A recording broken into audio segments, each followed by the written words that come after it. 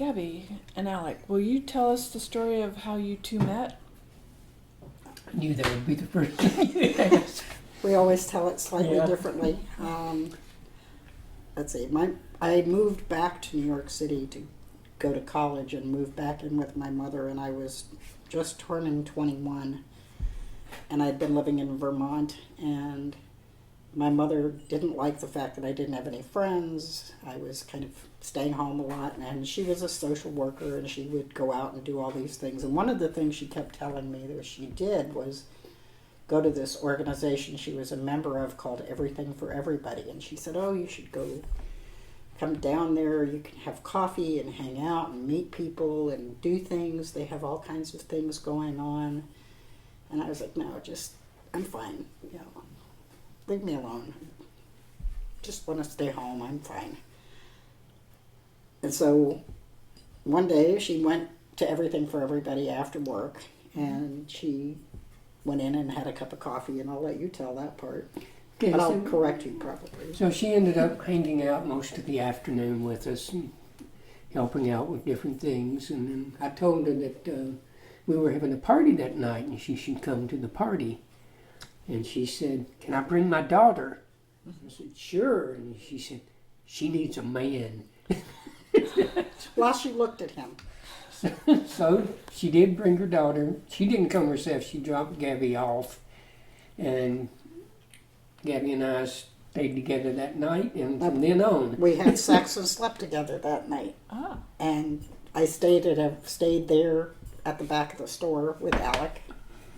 And within a week, I had been asked to join the staff, and I had just started my second quarter at junior college and dropped out of school and moved into the back of the store with Alec.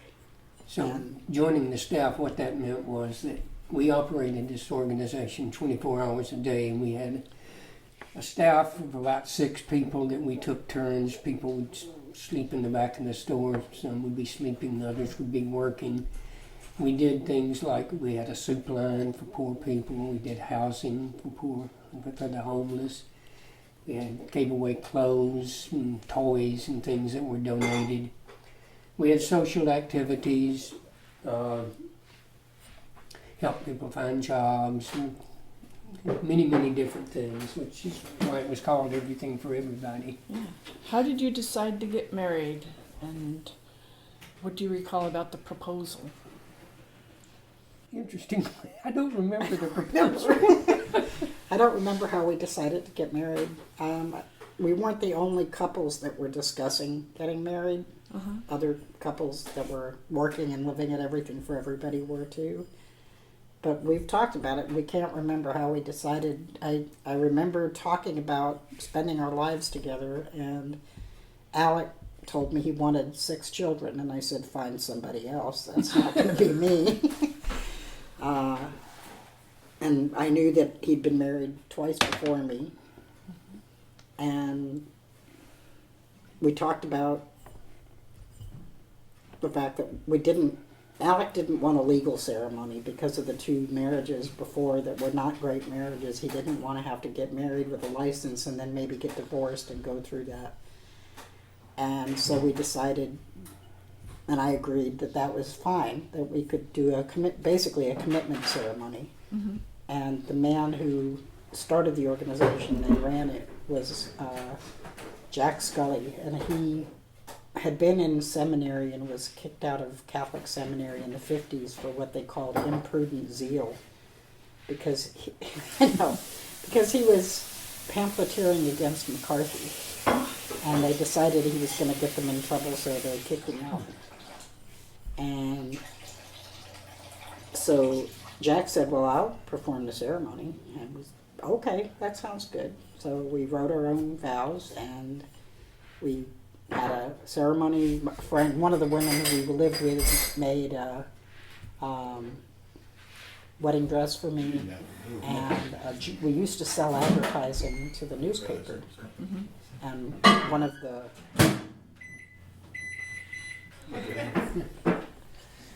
So that's her version. I don't even remember where it was. My version was that we thought it was a great excuse to have a party. Well, that's true. And it was a very sweet ceremony. Mm-hmm. And then after the ceremony, everybody went. We did it in a basement. And after we were done, everybody went back up and outside, and we played music and were dancing in the streets. Well, and Jack had me get dressed in my wedding dress in his apartment, which was a few blocks away from a store.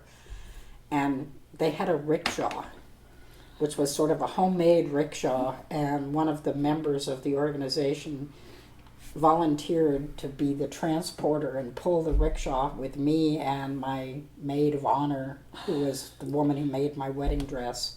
So there's photographs of us in the rickshaw with him pulling. And my little brother, who's 6 years younger than me, gave me away. Before the ceremony, Jack told Alec, whatever you do, you have one responsibility other than showing up. And Alec said, okay. And he said, before the ceremony, before people get here, don't forget to empty the catch thing for the drain for the kitchen sink that's upstairs, because if somebody turns the faucet on and it's clogged, it'll overflow into the basement full of people. So guess what Alec forgot to do? And guess what happened?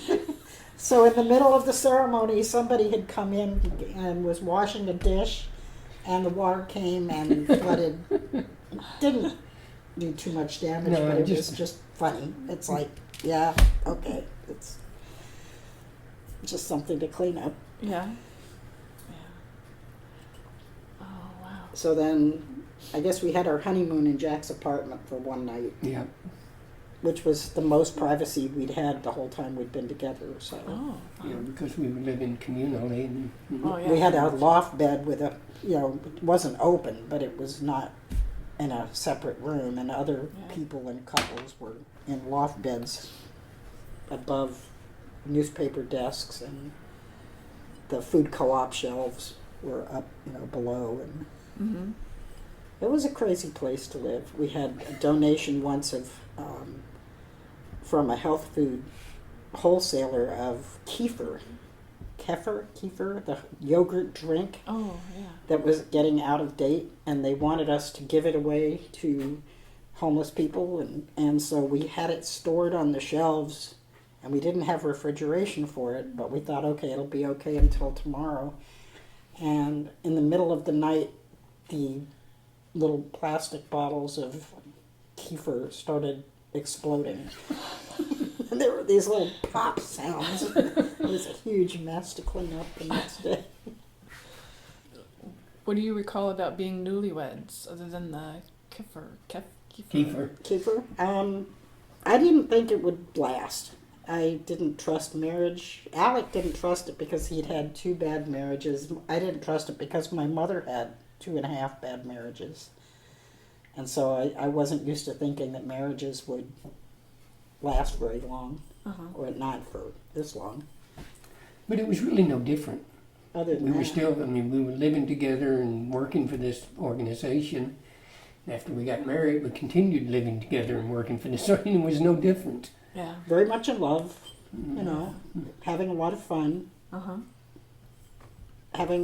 living in a very playful and serious environment at the same time, but Yeah. not a normal, what you think of as a normal newlywed experience of, having their own studio apartment or something. And Well, there were 3 or 4 couples on staff who got married 3, that including summer. us, the same summer.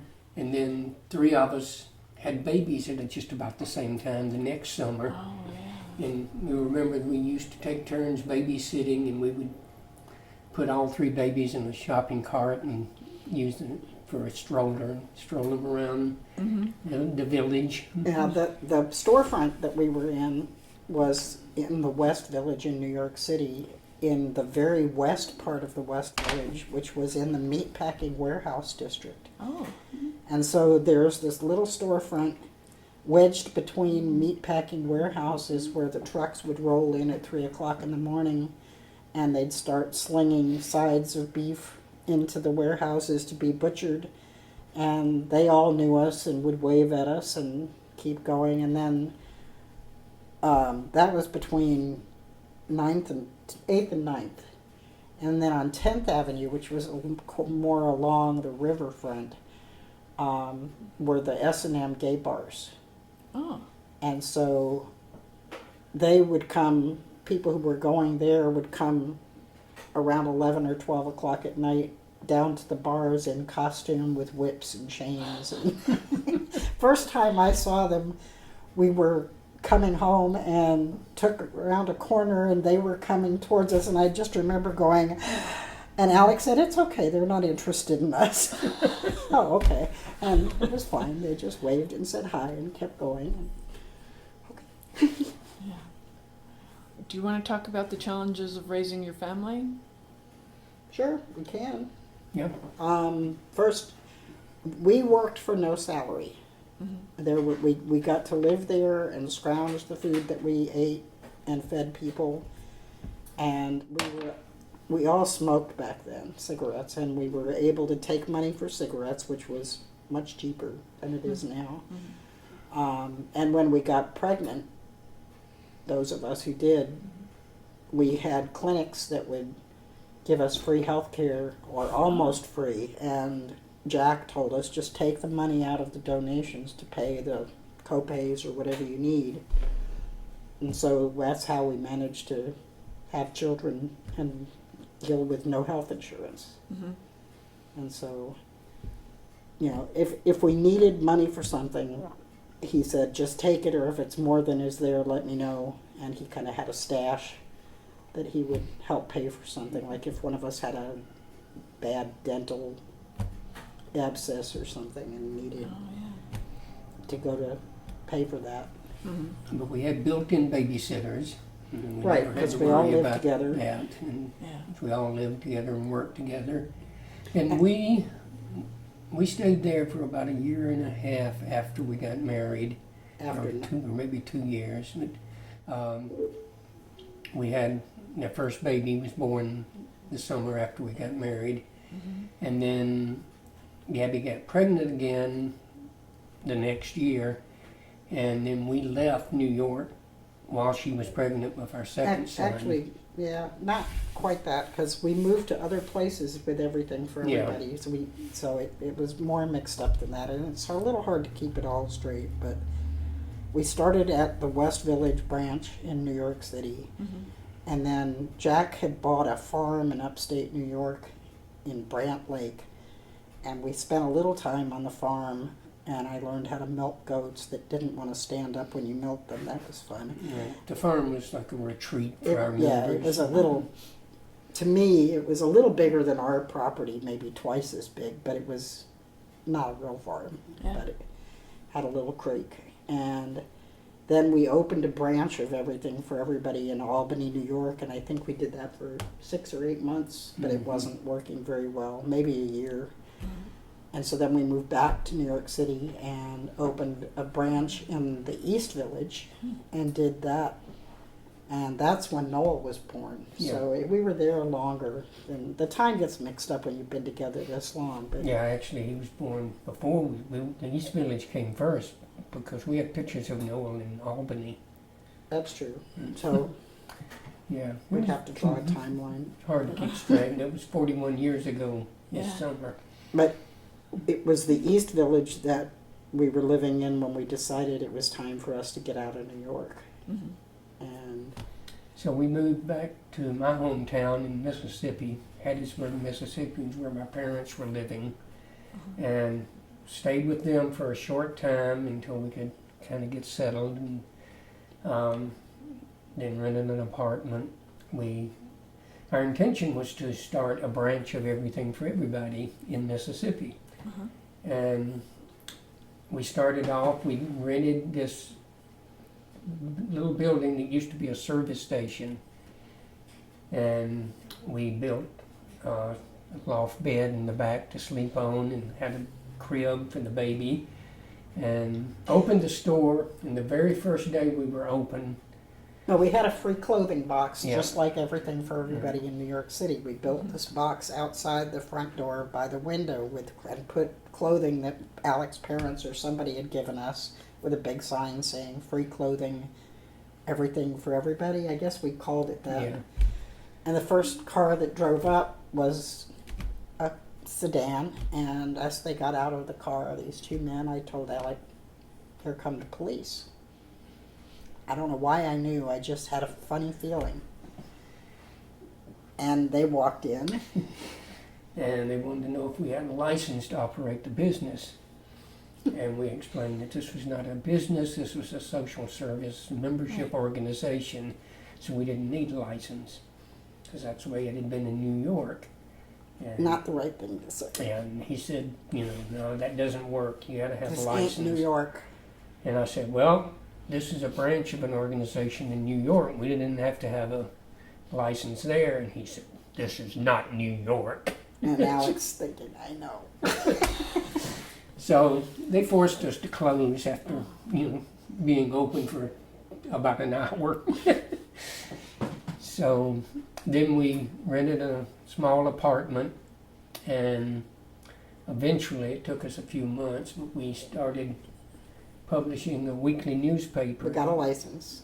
Yeah, and this was, didn't have typesetting. We had a IBM's electric typewriter, and we used rubber cement and rubber letters for headlines. And we decided to change the name, so we called it Person's Service and Person's Newspaper.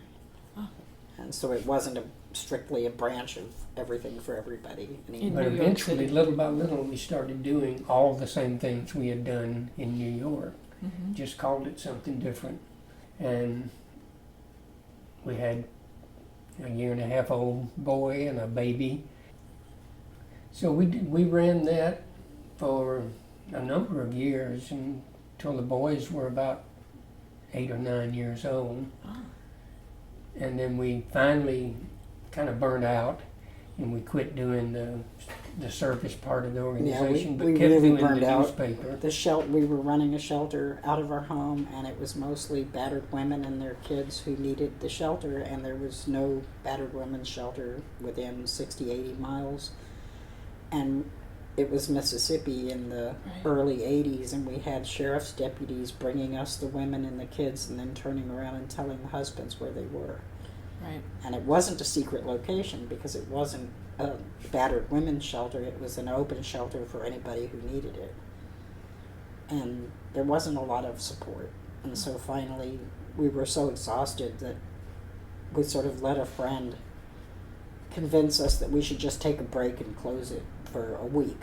And so we got the last of the people who was staying with us someplace and closed it. And then once we did, we realized how exhausted we were and that we were burned out. We were completely fried, and I was ready to go to the hospital. I was so tired. Mm-hmm.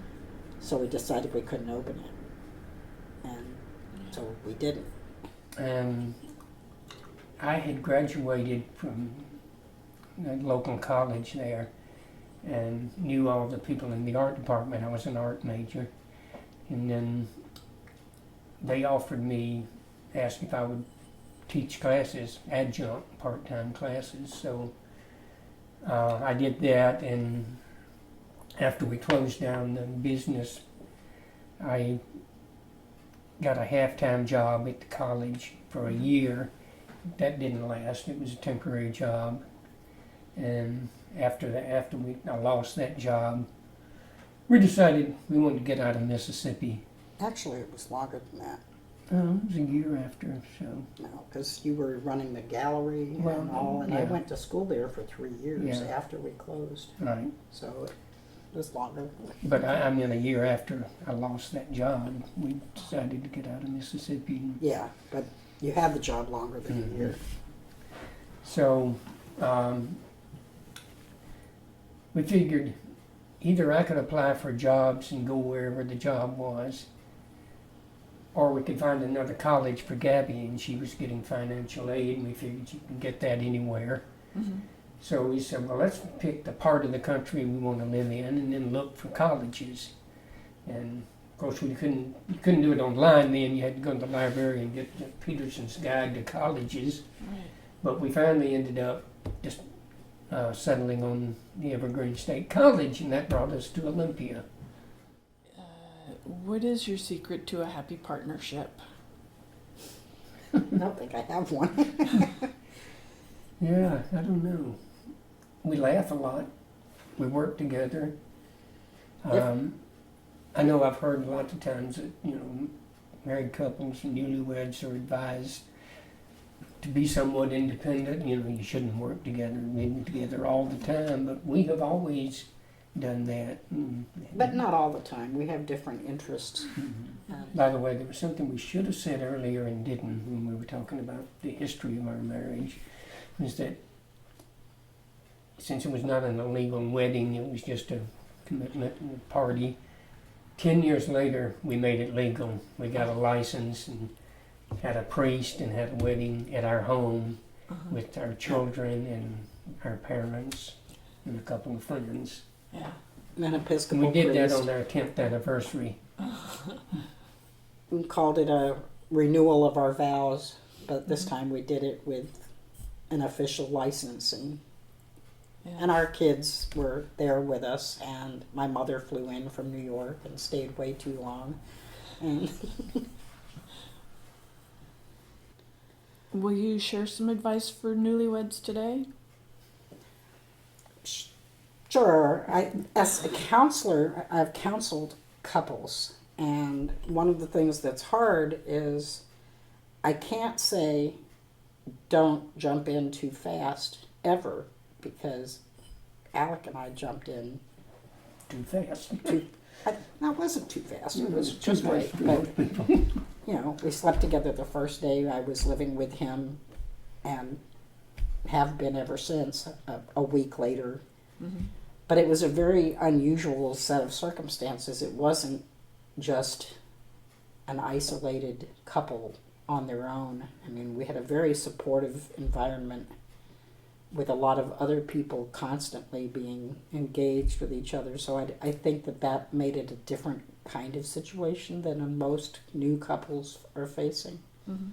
But I think not being isolated, not just spending time only with each other, and not giving up your interest in your lives makes sense. It worked for us. Yeah, and I think it's important to share the responsibilities, everything from housework to cooking to earning money. Mm-hmm. That there's couples need to be equal. The days when the man ran the house and was the breadwinner and the woman was the homekeeper, those are long gone. But we have certain things that we specialize in. Like, Alec does more of the cooking, the everyday cooking now than I do, and didn't really cook very much before we moved to Mississippi and then moved here.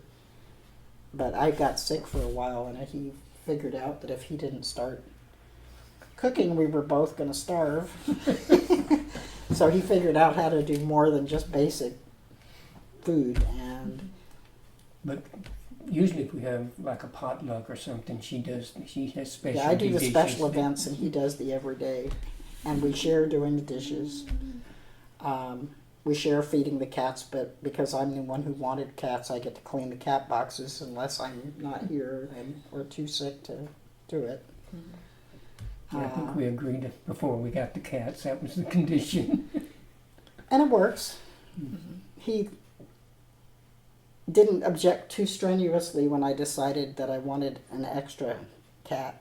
We already had the two we have now, and I went to the shelter with a friend and called him at the suggestion of the friend, who said, "You better talk to Alec," because it was 2 kittens that I fell in love with at the shelter. And I called Alec and said, "It's not really 2 cats, it's 1 cat with 8 legs and 2 tails." And he said, "I'm not saying anything." And I said, "That means yes?" He said, "No, it means I'm not saying anything." So I came home with the 2 kittens, and we kept them about 4 years and Alec was a good sport about it, even though it drove him crazy. And finally one day I just said, "I think we need to find a home for the boys before they're too old to have a long life with somebody else." And he said, "Oh, thank God." So we did. It took us about 7 months because we wanted them to stay together, and as far as I know, they're fine. So some wedding vows include a commitment to each other in sickness and in health. Have you experienced a health challenge together? Definitely. Definitely, we're getting old, and then we've had them even before we've gotten to this age. I'm 62, and Alec just turned 72. Mm-hmm. And what year did you have your open heart? 2002. So open heart surgery, and now he's got 5 stents. So we've had several incidents with his heart, and I discovered that I have adult onset epilepsy when I woke up on the floor of our bedroom, and there were 3 medics in the room, and Alec and our housemate standing there going, "Oh my God, what happened?" How did you handle that? Well, the health problems weren't a strain. I mean, they were scary. Yeah. You know, when Alec had his open heart surgery, or when they put one of the stents in, and one of the nurses at the hospital came down to the waiting room and told me something like, "Well, they're finishing up, but that's what they call the widowmaker that they're dealing with." It's like, you didn't really need to tell me that. Yeah. But we always, when we did have health problems, we nursed each other, took care of each other, and luckily didn't have crises at the same time. And we have had an amazing support community. You know, we have not had to deal with any of the major stuff by ourselves, which is good. I don't drive. I've never driven. I grew up in New York and San Francisco Bay Area with a mother who was a horrible driver, so I never learned how to drive. I don't remember which one is the gas and which one is the brake, so you don't want me behind the wheel. And then it turns out I have epilepsy, so you really don't want me behind the wheel if I ever have even a petit mal seizure again. So if Alec is sick and can't drive, I've been lucky to have a lot of supportive friends who've been able to pitch in and help get me to the hospital or take me grocery shopping when he was not home or not able. We described the rewards of a long-term commitment. It's comfortable. We know each other. We know what to expect. There's a lot of routine. So, you know, we don't surprise each other that much. And if we don't agree, it's not the end of the world. I mean, we don't agree on everything all the time. And for example, Alec is a novel writer, and I edit his novels because he asks me to, and apparently thinks I'm an okay editor. But when I edit, if I mark things up that I don't like that he wrote, we'll discuss it, but it's his book and I know it, and he gets to make the call even if it's something I don't agree with. And we did the same thing when I was making films and when he was a painter, you know, and would make paintings, and I would go back and say that white spot over there is driving me crazy. But then I'd walk out, and if he decided I was right, he might change it, and if he didn't, then he wouldn't. And we don't take that stuff personally. It's to be helpful, but not to take control. Yeah. Yeah.